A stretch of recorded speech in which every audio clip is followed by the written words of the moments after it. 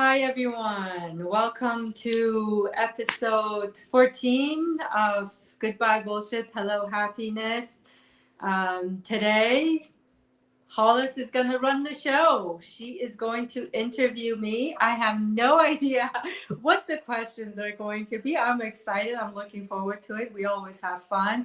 So, if you are joining us live, pop in, ask your questions, whatever they may be, from me, from Hollis, whatever you guys want us to discuss, come on board. And with that, I'm going to pass the baton to you, Hollis. Okay. Hello, everybody. So Atusa, let's start with what we ask everybody. So, what bullshit did you basically say goodbye to? Ooh, big list of bullshit. The main thing I would say is the rule book. The big rule book that we have for everything that is like, I need to do this, I should do this. And it's not, none of it is our rule book. It's a rule book that's either been passed down from generations, culturally, society, all that. Yeah, my big rule book out the window. Which is, and how does that feel? It feels good because I operate on, does is it right for me? Does it feel good to me? And feel good to me and right for me in my heart, not in my head. That's the other distinction. Because when I go from, I don't actually now go from the head, but when you start doing things again, is it right in here rather than here? Then this takes you again to that rule book. But when you go from here, it's truly your guiding system, what you want, what you need and desire. So, what really feels good and right for your journey and your path. And realizing really, we're all on our path, we're all on our journey, and my journey is different than everybody else's.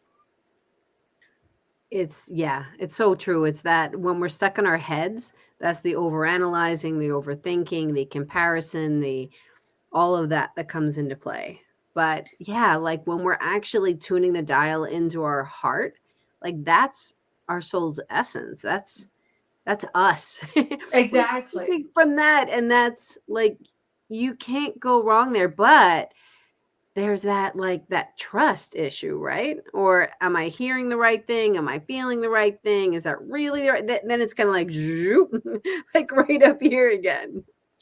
The trust is important, and it takes time to get there. I give my clients exercises with that for them to start with like the mundane stuff of every day, and then work like their way up to their bigger decisions, because it takes practice and it does take trust, and not just trust in yourself and your knowing, but trust in the universe as well. And that one takes practice as well. I always say, I had so many trust practices with universe over the years. At some point, it felt like my final trust exercise was like the universe was dangling me with a strand of hair over a cliff. Like, do you trust me? And at that point, I was like, yeah, I've trust you. I've gone through this already with you several times. Yep, I trust you. Let's go for it.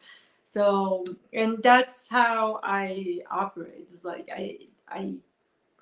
I trust in the process, even if what's in front of me, it's not like what I asked for or what I wanted in a way, but I know everything's happening for a purpose, and I trust in that. And I think when you say that, it's kind of like a lot of people can say, yes, I just believe that's the way it's supposed to be. But it's truly coming from a place of like real belief. Mm-hmm. It's like getting really serious, people. It's just kind of like working on yourself to truly believe and get to that core. And I don't know if the word is understanding, but like to really just not be like, oh, yeah, I believe that the universe has my back and everything's going to be okay. There's a difference. Exactly. That's why I said it was practice.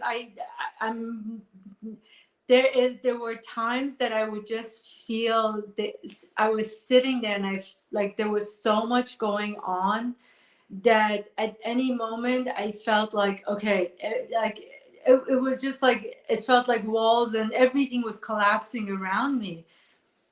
And I was sitting there, and it was just sitting there in a trust that in my heart, I know what's true. In my heart, I know what's going on. And I had so many practices like that, that now, when things come out, I'm like, oh yeah, I trust. It's good. Like, because it's just, it's becoming more of a second nature that I trust. I know everything's happening for a reason. And most times I'm shown what that reason is. Like, I think one of the videos I had talked about my roof, and when like a quarter of my roof blew off, and I, like anybody else, you call the insurance company, you call the roofers. My insurance company was coming up with all these weird things. I'm like, what is going on? And I went to a roofing company, and several of them, and they all said, we're not going to do half the roof. We have to do the full roof. Your roof is old. Anyway, long story short, the roofer I decided to go with, and they ended up like taking their time and came to know, like, okay, they hadn't even done anything. They kept telling me they were doing stuff, but along the process, I did it. I was like, this is all happening for a reason. I don't know what that reason is, but I know. And like, this happened in August, and I'm close to like October, November, still quarter of my roof gone. And I just had a tarp on there, trusting that nothing's happening to my home, which didn't. And all of a sudden, the guy that came to fix the tree, and I've known him for years, he said, hey, what's going on with your roof? I said, this is it. And he's like, oh, my son works with his friends as roofers, but they normally are in Ohio because that's where his friend is. But the friend had some, family issues. He just moved back, and he could really use the job. So at that moment, I'm like, yep, that's it. And the guy came, did a fantastic job. All those issues that my insurance had magically all lifted away. They're like, we don't know what you're talking about. We're just going to send you a check. I'm like, what are you talking about? 3 months ago, you guys were telling me I Wow. have to give you all these paperwork. I'm like, we don't know who told you that. We're just going to send you the check. He did it. He replaced the whole roof for the price that insurance was going to tell me, and did a great job. And not only that, because of my work, he got like all these other works around my house and people that I recommended him to. And he had just moved here. His wife was pregnant, and he had 2 young kids. So I'm like, yeah, that's why it was meant to be his job. So it's going through that stuff. So I have to say, there's so many things I want to ask, but so as I was reading your chapter, so as I was going over your chapter again and kind of refreshing my brain, there's so many things that come up. And I have to say, like, for anybody who has not read her story, so creativity is whatever you want it to be. You've had so much going on in your life. I could use the word hardship. We can see that in different ways. You have really always had, like, okay, here's another thing, and in the way that you handle it. So some of the things that I'm going to kind of work up to a few things, but I want to ask you about overachieving. Mm. What does that mean to you? I'm going to put it within a context. Once you got to America, Mm-hmm. you got into school, Mm-hmm. you were like, if I can control one thing, this is what I can control. You graduated early, you Yeah. were like the earliest, like the youngest in your college, like you got high achievements, you got all Yeah. of this. You still didn't get from your father Yeah. you still didn't get the support from him. There was still a snide comment that came in from that. Yeah. But in that overachieving with exercise, you were like dove in full with that. So talk to me about overachieving. I mean, it took a while to see all of that. Honestly, it's like where I'm going, what was happening. That when I was in it, I didn't know until I actually stopped and started, sort of like healing everything, unpacking everything, and getting rid of the bullshit. And I overachieving was the one area of my life that I thought I can control things, because everything else was so chaotic, and the control is a safety because I wanted to feel safe. At that point, I had no trust in the universe. I had no trust in myself and my knowing here. You're talking about here, everything went from here. It was nothing came from what felt good here. Everything was logical, logical, logical. And it was to gain control and to feel safe and be able to do that. And the other thing overachieving gave, I could have this go like, dun, da, da, dun, look at all my stuff. Ooh, I have all this stuff. All my badges of honor. Look at me. Look at me. And yeah, so that would also give me the love and acceptance that I so wanted. But it did not matter, what you achieve. You're still, because universe is gonna tell you. That's what universe kept telling me. It's like, you're not gonna get it all from the outside. You gotta go in. It's gotta come from inside. But I constantly was grabbing it from the outside and trying to do things that, yeah, people would come and say, "Oh, wow, look at that." So what was the straw that broke the camel's back? What was it where that you were finally like, okay, I get it, where you started to go into that space? Like, was there a certain age? Was there a pinnacle moment, something that happened where you're like, okay, I'm listening? It was throughout. I kept hearing it, but again, the trust wasn't there. But at one point, the what stopped everything was my ex, when the separation and all the stuff that I finally like said no, that this is just yeah, no. Because and one other thing that I appreciated from, when I years later, when I look back, I have a pretty high tolerance for shit. Very high tolerance. Like, Yes. you gotta really pile it on for me to say, okay, now I'm starting to smell the stench now. I need to do something about it. So, and with that, then universe had to like really pile it on for me to stop and take notice. And that was the whole process with my ex. And when I stopped and I said, okay, no, this has got to stop. And the whole process of going through court and everything. And at one point, and I couldn't even do my work. I think I write that in the chapter. The work that I was considered really good at, that I could do it sort of in my sleep. They were used to make fun of me. It's like, a Tusa can put out design documents like this. I would sit there and for hours and hours and days just stare at this computer, and I would read the stuff, and I swear it was like I'm reading in another language. I'm like, I cannot comprehend any of these words. They don't even look English to me. And I did a month of that, and I said, okay, that's it. I can't do this anymore. And then that's when everything just started shifting, and I just completely stopped the work I was doing.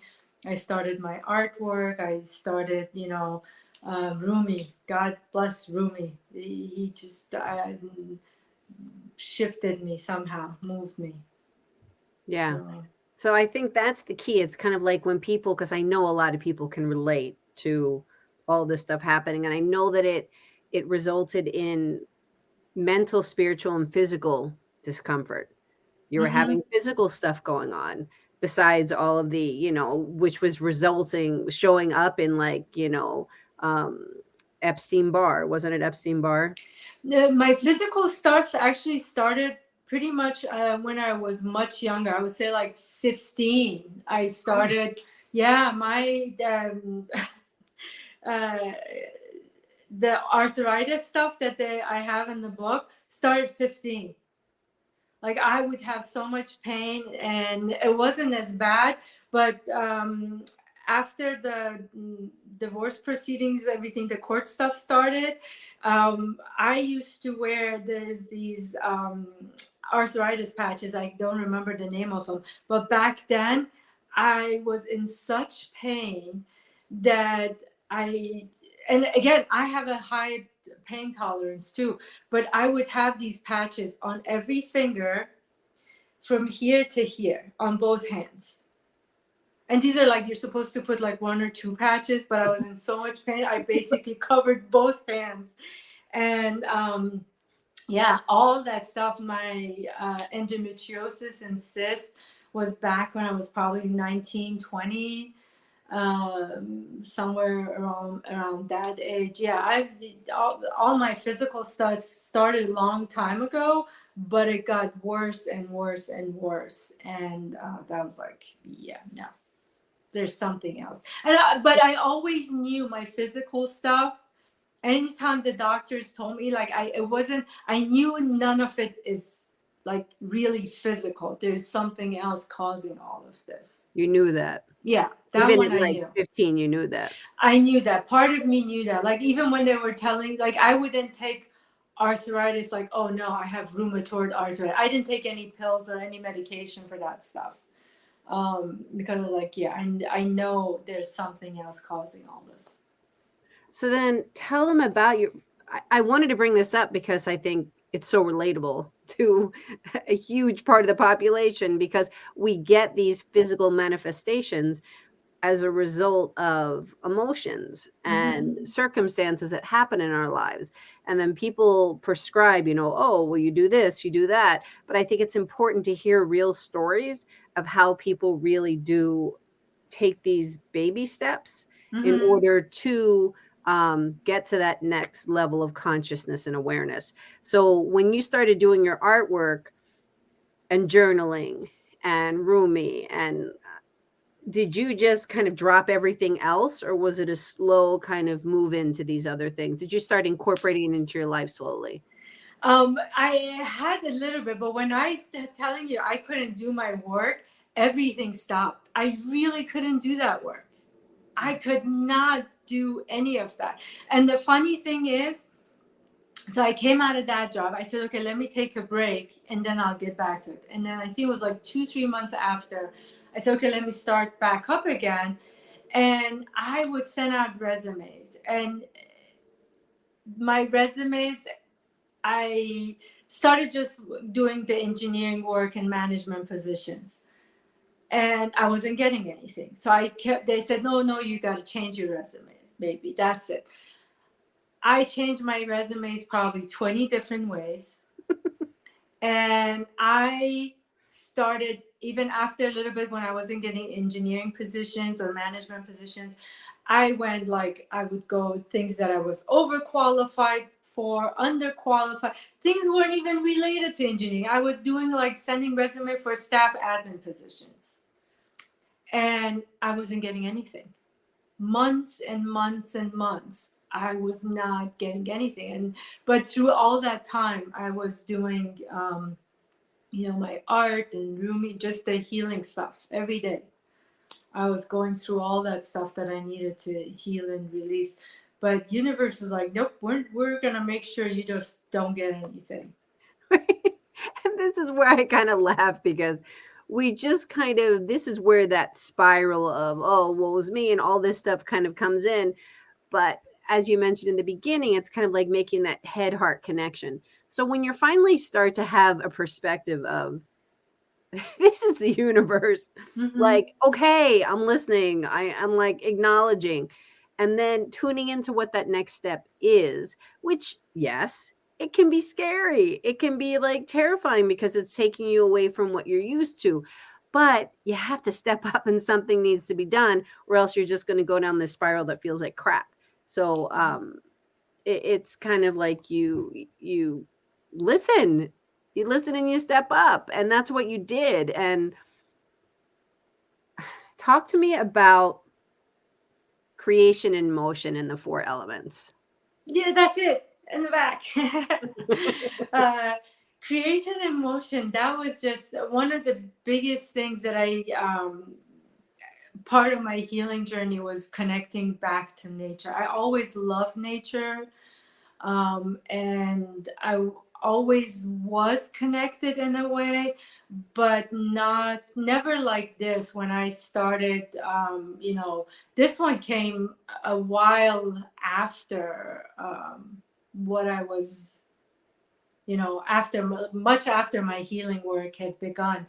But creation in motion is basically you realizing your connection to this world that is much bigger than this physical stuff that is constantly day to day we're seeing, connecting to the elements and realizing like that all those elements that you have around you is also within you. And like nature can be your biggest teacher, it can be your biggest healer, but allowing that and realizing that connection, feeling it, and knowing that you are constantly in motion with that. Because if you look at everything has a cycle.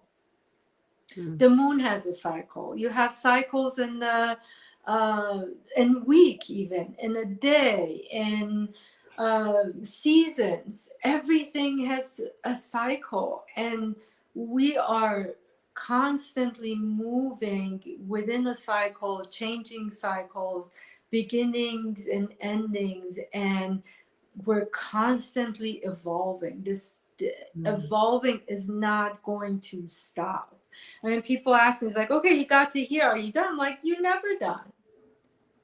It's just that the way you are going to come at it and deal with it and see things and move through it gets easier and easier, but you're never going to be done. We came into these physical bodies to experience and see and release and do all the things that we all are doing. So we are evolving and we are moving. Yeah.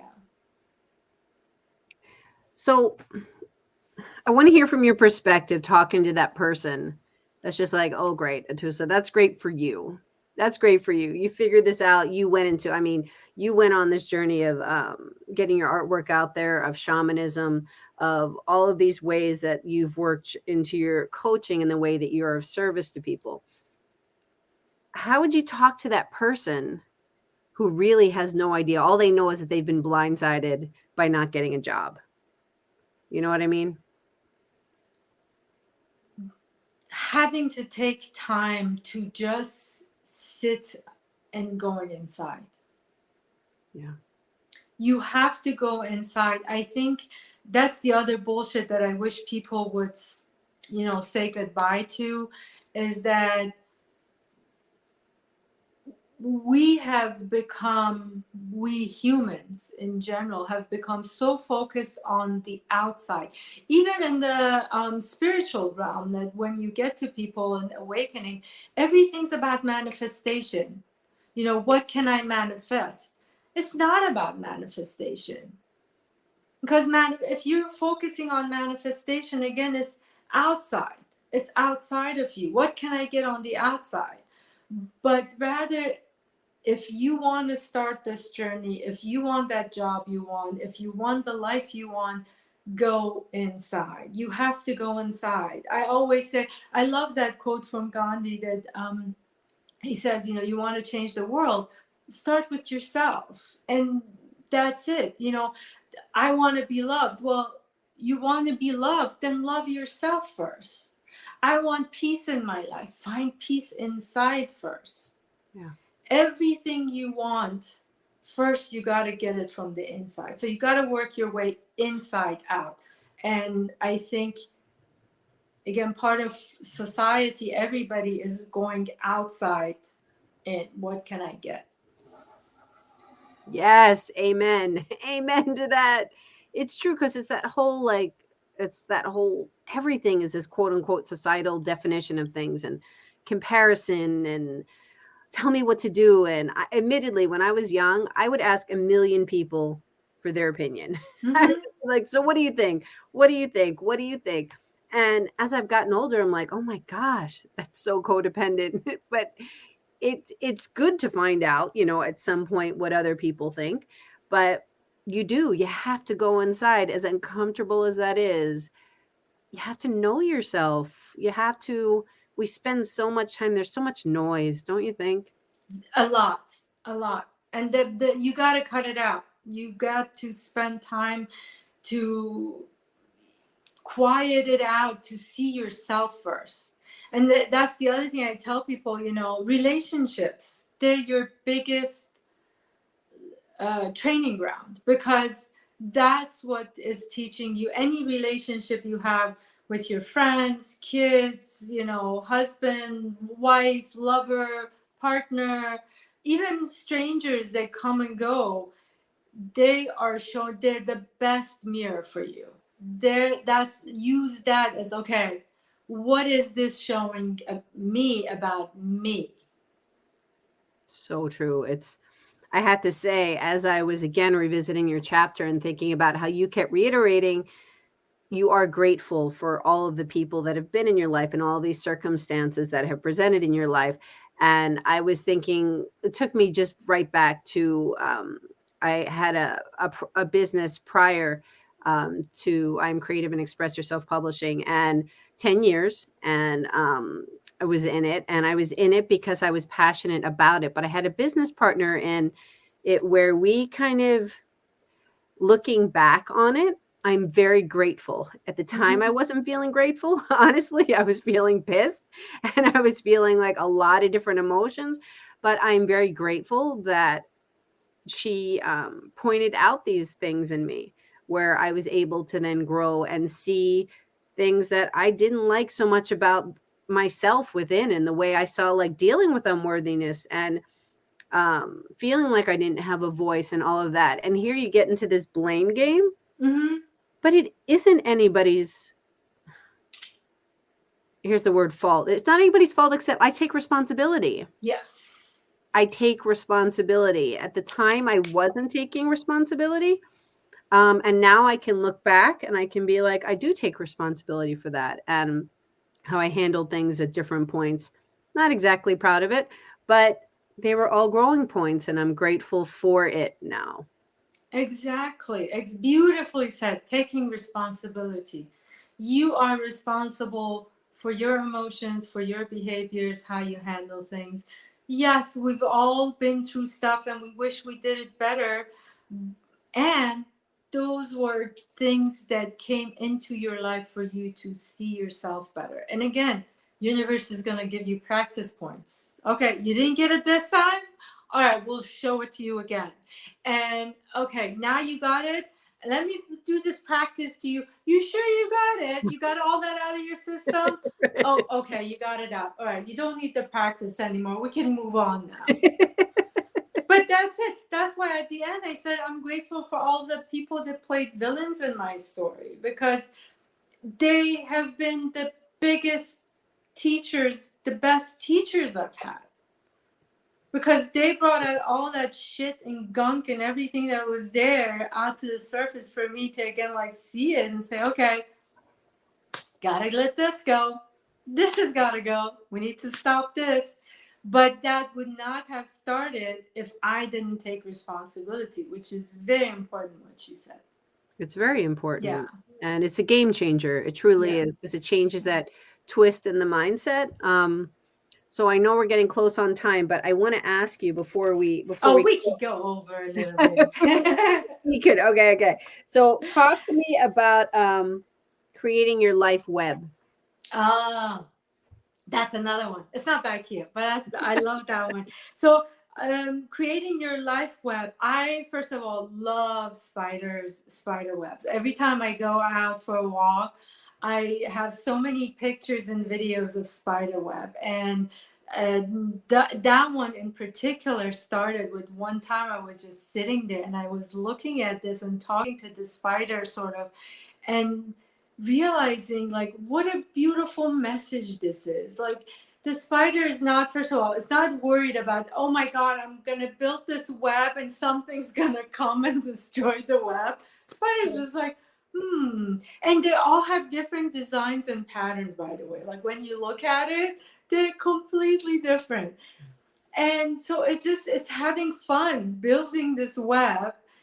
And then it goes and sits in the middle of this and waits and is not thinking, oh my God, when is it going to come? It didn't come. Maybe I should go start building somewhere else. Something went wrong here. It doesn't. It has patience. It has trust. It's really building that. And that's why I created that. It's like, let's get up every morning, know that we are creating the life we want and trusting in what we're building and having a little bit more fun, as we're building this life. Every day we're creating things, whether it's by your interactions with other people, what you're putting out there, whatever it is that you're doing, even in those relationships that you're healing and seeing things, that is part of creation. You're creating, you're getting to see yourself and say, hey, like an artist is like, oh, I don't like the way this turned out, let me erase this now and draw it a little differently.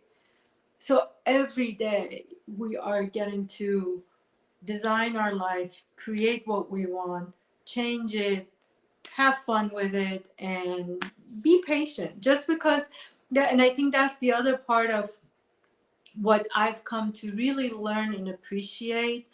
Again, society of instant gratification, I gotta have it now.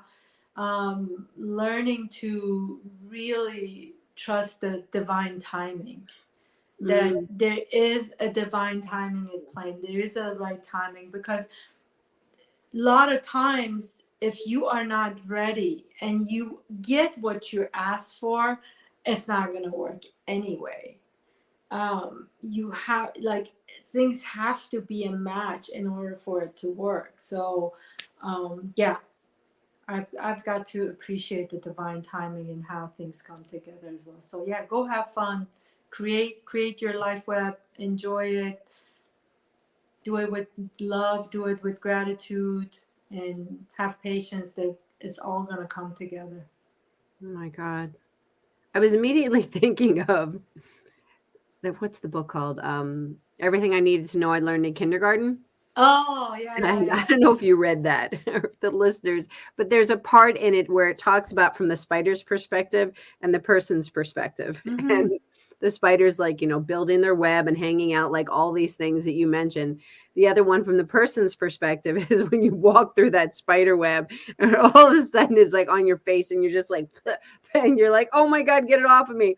And from the spider's perspective, it's like, in the book, you just like, I was just working on this and you just got rid of it in a second.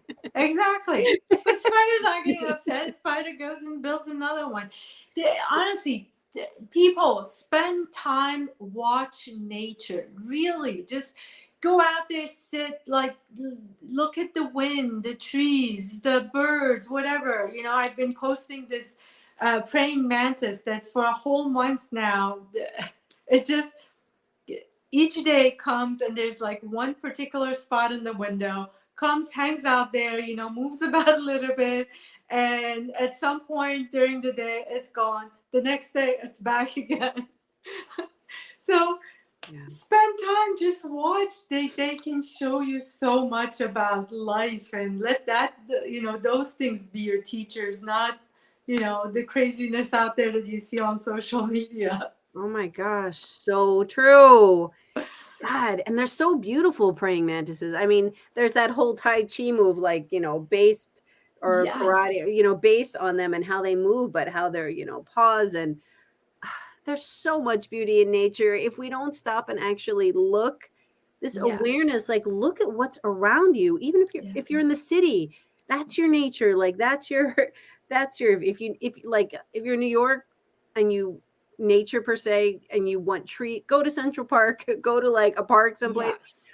But whatever is around you is your nature. Be Yes. aware of it. Look at it instead of staying in this like we get such tunnel vision that Yes. it's just not Well, serving. it's that whole thing that everybody just wants to move and be better than this person, be better than that person. I got to compare with this and I got to compare with that in my life, and you just hamster wheel. So yeah, Yeah. stop the wheel, come out, enjoy, see things, look at it, take it in, have fun. Just by saying that, it just like allows you to take a breath. We take So life too seriously. we do. We're too friggin' serious. And I thought about you saying in the chapter, like you were presented with a lot of adult kind of things ever since you, like, as soon as you were born, like you've been an adult since you were a kid. So it's kind of like I was very, I realized that I was serious. I didn't have the circumstances that you did, but I was serious as a kid. Mhm. There was, and it's funny because then when you have the mirror of your children and they're like, well, what did you do when you were younger? And I'm thinking, shit. Yeah. Like I Yeah. didn't like get in. I wasn't on that happy, explorative kind of vibe for whatever. And as an adult, much more in that space because there's the awareness. So before I'd kick myself for it, now I'm just kind of like, okay, bring it on, whatever reason. Honestly, it's like before I could say that and it wouldn't necessarily feel that. Now it's like, yeah, okay, I'm not going to beat myself up about it. Let's just have more fun. Yeah. No, you have to. You have to. That's the So, only way you're gonna be able to see things differently as well. Get out and like move around and say, "Oh, now I can see a different way." And otherwise, you get stuck. thank you, Atusa, for sharing more of yourself. Thank you, guys. Thank you, Hollis. This was fun. We didn't plan it, but this was fun. The book, if you guys have not received your copy, there's the ebook and there's the paperback now available. And we're going to have a summit pretty soon as well coming Next week. up. Hollis is going to put the information out there. Yeah. And if you guys have any questions, comments for Hollis, myself, please go ahead, comment on the videos, share, and like, and we love to hear from you. Yes. Thank you. And Elle, thank you for being here. She said, oh my God, the devil of codependency power just floating away. I love you, Elle. Go watch her show as well. We had a show with her. Episode 13, she was on talking about ceremony. So go Amazing. check her out. Check out her website. You guys are going to love it. Yes. Yes. Thank you. Bye, everyone. Thank you. Bye, everybody.